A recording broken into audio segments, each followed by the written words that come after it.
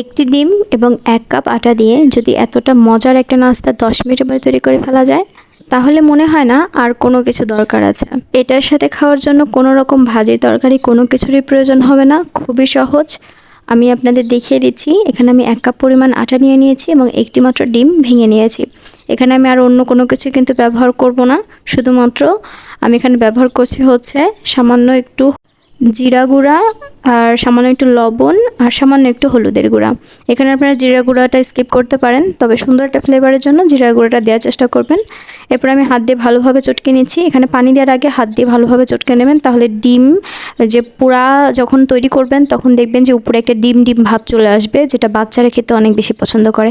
এটা আপনারা বাচ্চাদের টিফিনেও দিয়ে দিতে পারবেন। দেখতে পাচ্ছেন আমি এটা ভালো করে গলিয়ে নিয়েছি। এখানে 1 কাপ আটার জন্য আমি 1 কাপ পানি কিন্তু ব্যবহার করেছি। সামান্য একটু কম বেশি হতে পারে, আপনারা সেটা ব্যবহার করে নেবেন।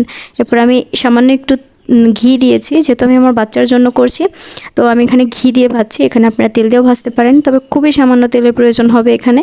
আপনারা যদি শুধু ফ্রাই প্যানে ফ্রাই করতে চান তেল ছাড়া, তবুও পারবেন। তেল ছাড়াও খেতে এটা অনেক বেশি ভালো লাগে।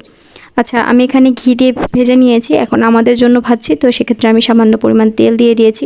ফ্রাই প্যানে অল্প তেলেও অনেক জিনিস ভাজা যায়, তো ফ্রাই প্যানে যদি ভাজেন তাহলে জিনিসটা আরও সুন্দর হবে। দেখতে পাচ্ছেন কতটা সুন্দর লাগছে। এটা অবশ্যই দেওয়ার পরে ঢাকনাটা দিয়ে দেবেন, তারপরে এটা ফুলে ওঠার পরে তারপরে পাল্টে দিবেন, তাহলে জিনিসটা আরও বেশি ভালো হবে আর খুবই সফট হবে। বাসায় কিন্তু সকাল বা বিকালের নাস্তা একবার হলো ট্রাই করতে পারেন, আর ছোটো বাচ্চাদের টিফিনেও এটা দিয়ে দিতে পারেন।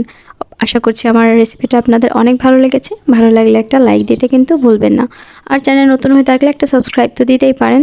আমি আপনাদের উল্টে পাল্টে দেখিয়ে দিচ্ছি জিনিসটা কতটা ভালো হয়েছে। ভিডিওটি দেখার জন্য অসংখ্য ধন্যবাদ।